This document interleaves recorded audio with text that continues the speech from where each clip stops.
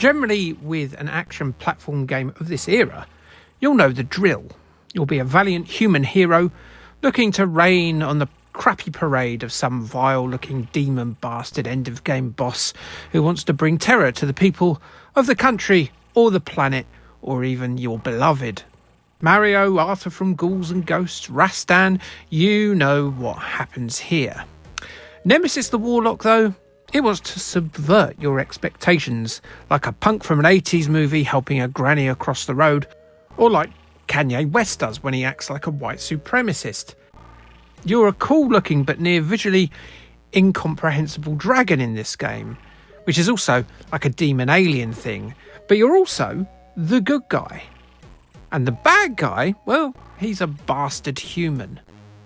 So that already makes this an interesting proposition, but luckily, that's not the be-all and the be-end of all of this game's backstory, as we've got backstory for days thanks to Nemesis the Warlock finding its origins in the pages of 2000 AD comics. Nemesis is a warlock, an alien species capable of sorcery. Dragon-like in appearance, they're a persecuted breed hunted down by a quasi-religious genocidal group on a future Earth renamed as Termite. Nothing to do with the ant-like things that kill your woodwork. The group in question is led by a human supremacist known as Thomas de Torquemada, who is hell-bent on ridding the galaxy of all alien life. Bit extreme, old chap.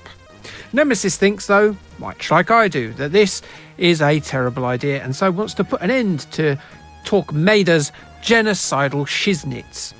Nemesis the Warlock was published between 1980 and 1999 as part of 2000 AD comics. It was written by one of the driving forces behind Judge Dredd, that being Englishman Pat Mills. He created Nemesis alongside Kevin O'Neill, who also drew The League of Extraordinary Gentlemen for Alan Moore. Now, the one and only computer game of Nemesis the Warlock was released in 1987 on the three major 8-bit computer systems of the time, those being the Amstrad CPC, the Commodore 64 and the ZX Spectrum. It was published by Martech, the UK software house behind a host of licensed games that we've already gazed upon, like Zoids, Eddie Kidd, Brian Jacks, Jeff Capes and good old sweater potatoes herself, Sam Fox. Developers Creative Reality coded the title, and I've not covered any of their titles just yet, but I might well do soon. Hello Slain. The gameplay in all three titles is the same, apart from, of course, the usual visual differences.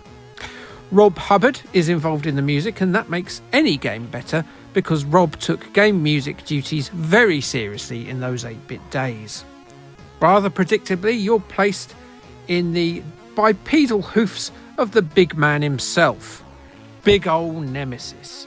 And well, he's had enough of all the exposition of 20 years of comics and just decided to tackle this issue head on and put an end to Thomas de Torquemada's citadel. You've gone in with a sword, a gun, and Nemesis's rather noxious breath. And boy oh boy does he need a mint, as he is a Herman halitosis dealing death with the fumes from his mouth exhaust.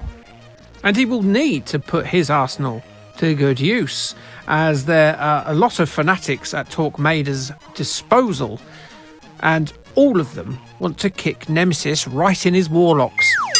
The most important thing I need to tell you about Nemesis the Warlock, the computer game, is that it is metal as PHUQ.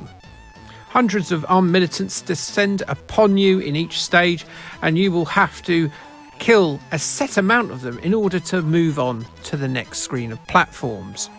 Some of the exits cannot be reached merely by jumping up the platforms though, which will give you a little bit of a quandary. How on earth are you supposed to reach an exit that is completely out of reach? Well, you may have noticed from the gameplay footage that boy oh boy do those bodies not disappear once that they have been slain.